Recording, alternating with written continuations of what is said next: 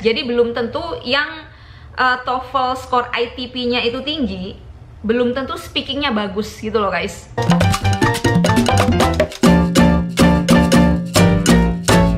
Guys, aku sedang ada di Surabaya dan minggu depan itu aku bakalan ikut tes TOEFL dalam rangka penasaran aja gitu skor TOEFL aku tuh berapa gitu, karena aku kan udah lama banget nggak ikutan tes TOEFL. Aku penasaran apakah kemampuan bahasa Inggris aku itu meningkat ataukah menurun. Jadi aku punya waktu seminggu untuk belajar sebelum tes, dan aku mau tunjukin sama kalian aku belajarnya gimana.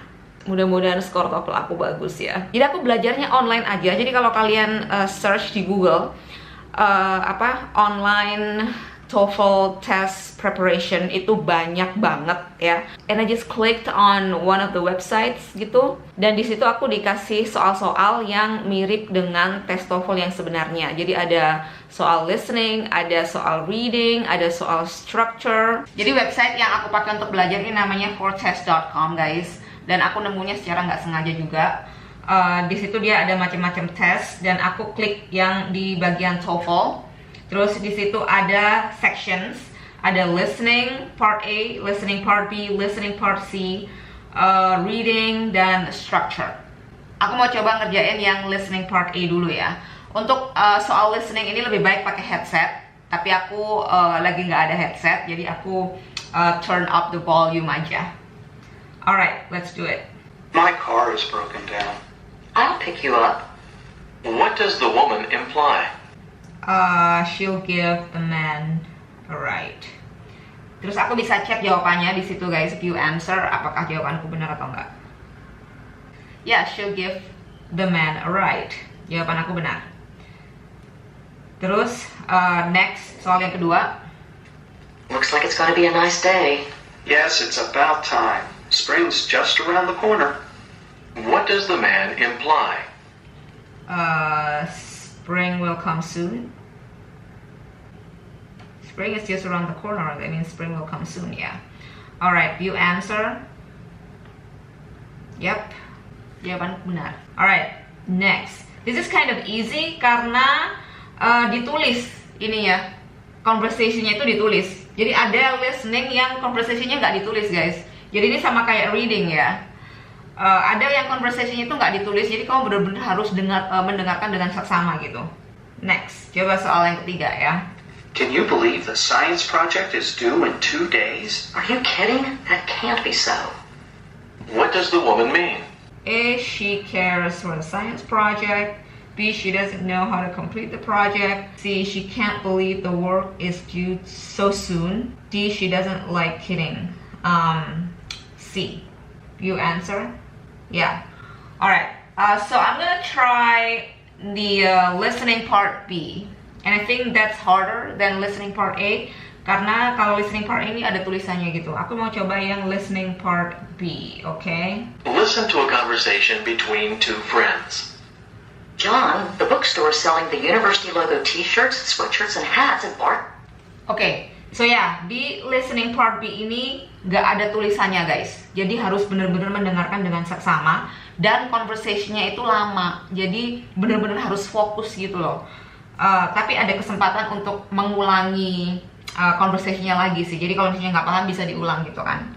So yeah, let's try. Listen to a conversation between two friends. John, the bookstore is selling the university logo t-shirts, sweatshirts, and hats at bargain prices. Oh, I'd like to get one of the striped t-shirts, one with the gold, navy blue, and white stripes, and a matching hat.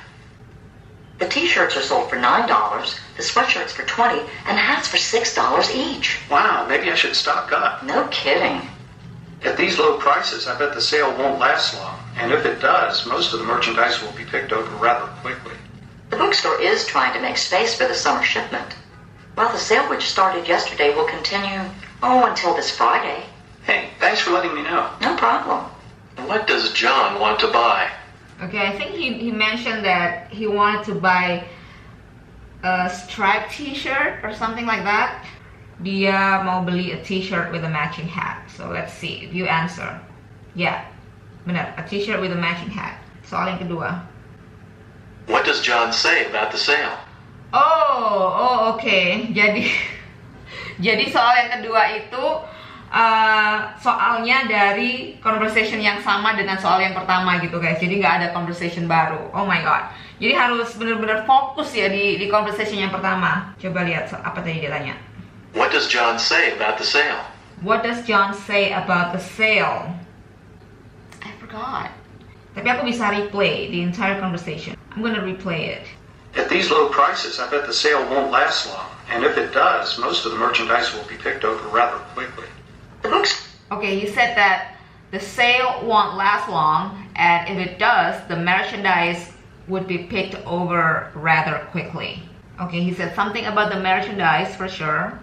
I would say D, the choice of merchandise might be limited. Karena dia bilang, if the sale lasts longer, the merchandise would be picked over rather quickly. So I guess that's what he implied. The choice of merchandise might be limited. Let's see. View answer. Yep. Di situ ada explanationnya guys. The best response to the question, what does John say about the sale? The choice of therefore you shouldn't. Okay, that doesn't really explain anything. Thanks explanation. Okay guys, sekarang aku mau latihan structure. When did Mary graduate from college? When did Mary graduate college? When did Mary graduate from college? Graduate from college. View answer.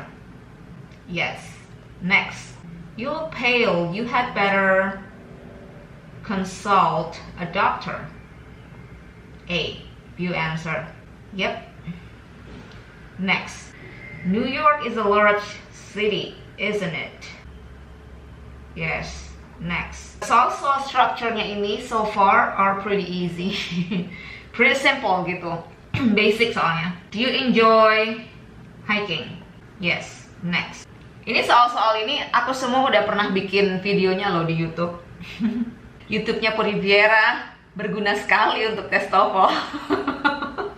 So guys, this is basically what I'm gonna do every day. Jadi setiap hari aku akan latihan dari soal-soal ini. Mungkin aku juga akan Google dari website yang lain juga. Tapi basically inilah yang akan aku lakukan setiap hari. Dan aku cuma punya waktu seminggu gitu untuk belajar. Jadi aku harus belajar setiap hari. Terutama di bagian listening yang aku agak challenging ya menurut aku. Listening yang part B tadi. Karena conversationnya panjang dan aku ini orangnya susah fokus. So yeah, that was quite challenging gitu. Tapi untungnya bisa diulang-ulang ya ininya, conversationnya itu. Tapi tetap aja kan aku harus manage waktu juga kan. Harus nggak mungkin aku berlama-lama di sana ngulang-ngulang conversation yang sama gitu, you know what I mean. So ya, itu PR aku. Dan doakan saya ya. Hari ini adalah hari H, aku mau tes TOEFL guys. Sekarang aku lagi dalam perjalanan. Kayaknya aku nggak usah kasih tahu ya nama instansinya apa, soalnya ini bukan endorsan. Jadi pokoknya aku ngambil tesnya di salah satu universitas di Surabaya. Dan ya, wish me luck. Aku nggak tahu nanti apakah aku boleh nge-vlog di sana. Kayaknya nggak mungkin deh, kayaknya nggak boleh deh kalau pas lagi tes. But anyway, wish me luck. Hai guys, aku barusan selesai tes guys, barusan aja. Jadi total tesnya tadi kurang lebih 2 jam gitu. Dan aku tuh selesainya mepet banget. Jadi kurang 15 menit itu aku masih banyak yang belum aku kerjakan. Hasilnya itu baru keluar 10 hari lagi. Jadi nanti kayaknya akan aku udah nggak di Surabaya kan 10 hari lagi. Jadi nanti saudara aku yang akan ambilin hasil tesnya dan dia akan email ke aku. Aku akan tunjukin ke kalian pas aku sudah terima hasil tesnya ya, atau sertifikatnya. Oke? Mudah-mudahan bagus. Hai guys, jadi aku udah balik lagi di Amerika dan aku sudah dapat sertifikat TOEFL-nya. Artinya aku sudah tahu skor TOEFL aku berapa.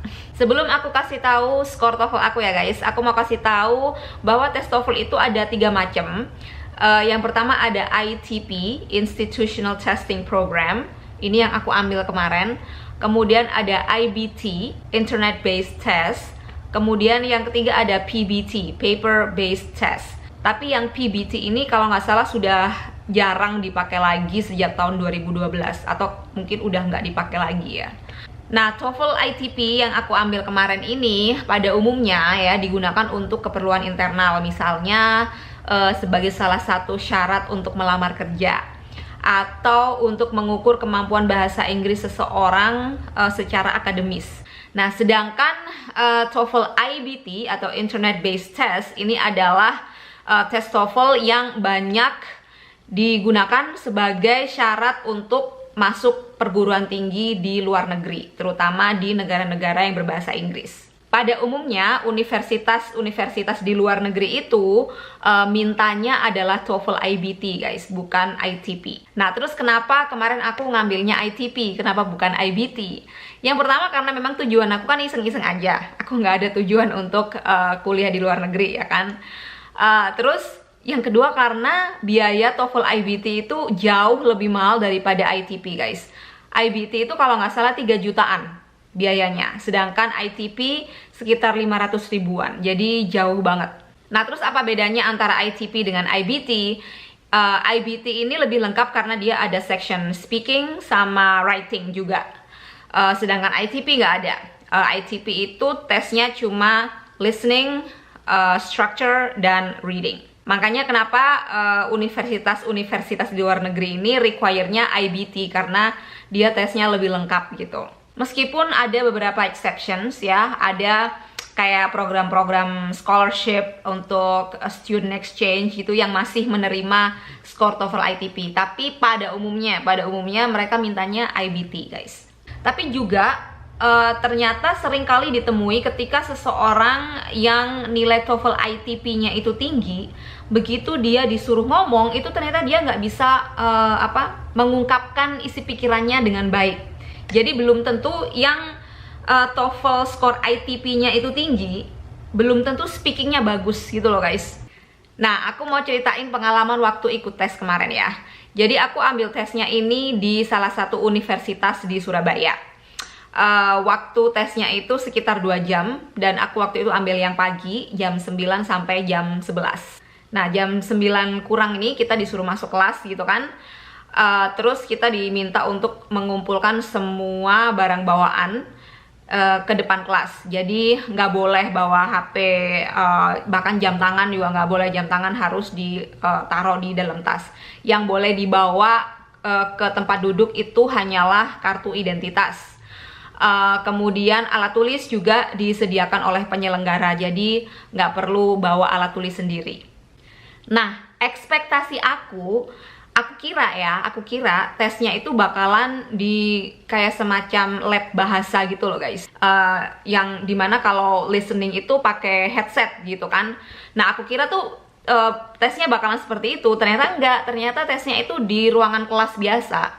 Jadi pada waktu section listening itu kita nggak pakai headset, jadi cuman pakai speaker gitu, satu speaker untuk didengerin satu kelas gitu. Nah, itu di luar ekspektasi aku. Suara yang keluar dari speaker itu sih lumayan jelas, cuman di luar ekspektasi aja gitu loh, guys. Kayaknya akan lebih baik kalau pakai headset. Bagian tes yang paling challenging menurut aku itu adalah listening.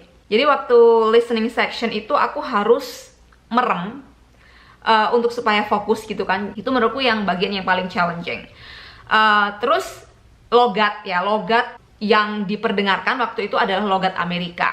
Nah, sebenarnya tes TOEFL ini bisa juga diperdengarkan dengan aksen-aksen British atau even Australia gitu ya, tapi nggak umum. Pada umumnya memang menggunakan logat Amerika. Jadi tips dari aku, kalian yang mau ikutan tes TOEFL, latihan listeningnya itu biasakan untuk mendengarkan logat Amerika gitu, guys, karena kebanyakan memang pakai logat Amerika. Meskipun ada yang pakai logat British, tapi aku rasa itu nggak umum ya. Aku nggak tahu apakah kamu bisa request British accent waktu mau TOEFL, I'm not sure. Terus dalam section listening itu kita juga nggak bisa minta mengulangi. Jadi misalnya maaf bu, nggak jelas, bisa diulang nggak? Nggak bisa, guys.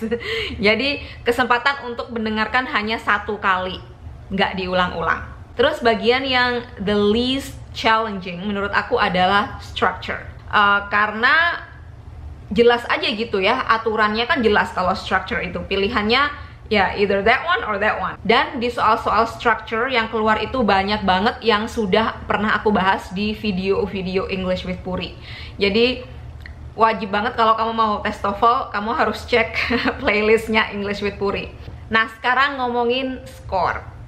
Skor minimal TOEFL ITP itu adalah 310, sedangkan maksimal adalah 677. Jadi kalau misalnya bener semua, itu skornya 677. Jadi bener 100% gitu ya guys. Nah, sedangkan skor TOEFL aku yang jelas nggak 100%. I wish gitu aku dapat 100%, tapi enggak, aku bikin banyak salah juga. Jadi skor TOEFL-nya Puri Viera nih aku kasih tahu ya. Ya, jadi skor TOEFL aku adalah 600. Seperti bisa kalian lihat di di sertifikatnya itu. Untuk listening skor aku 61, untuk structure skornya 59, sedangkan untuk reading skornya 60. Jadi hampir sama gitu presentasinya. Cuman yang lucu adalah di bagian structure itu aku pikir aku bakalan bisa dapat lebih bagus karena aku pede banget ngerjain structure itu. Aku selesai 15 menit sebelum jam yang ditentukan. Nah, kalau misalnya listening aku tuh bener semua, itu skornya 68 guys. Kalau misalnya structure-nya bener semua, itu skornya juga 68. Kalau yang reading misalnya bener semua, skornya 67. Dijumlah jadi 677. Nah, tips dari aku buat yang mau tes TOEFL, betul-betul immerse yourself in English guys. Betul-betul tenggelamkan diri kamu dalam bahasa Inggris. Aku kemarin hanya belajar 1 minggu dan itu jelas kurang. Apalagi kalau kamu tahu kemampuan bahasa Inggris kamu mungkin masih beginner atau masih below intermediate gitu ya.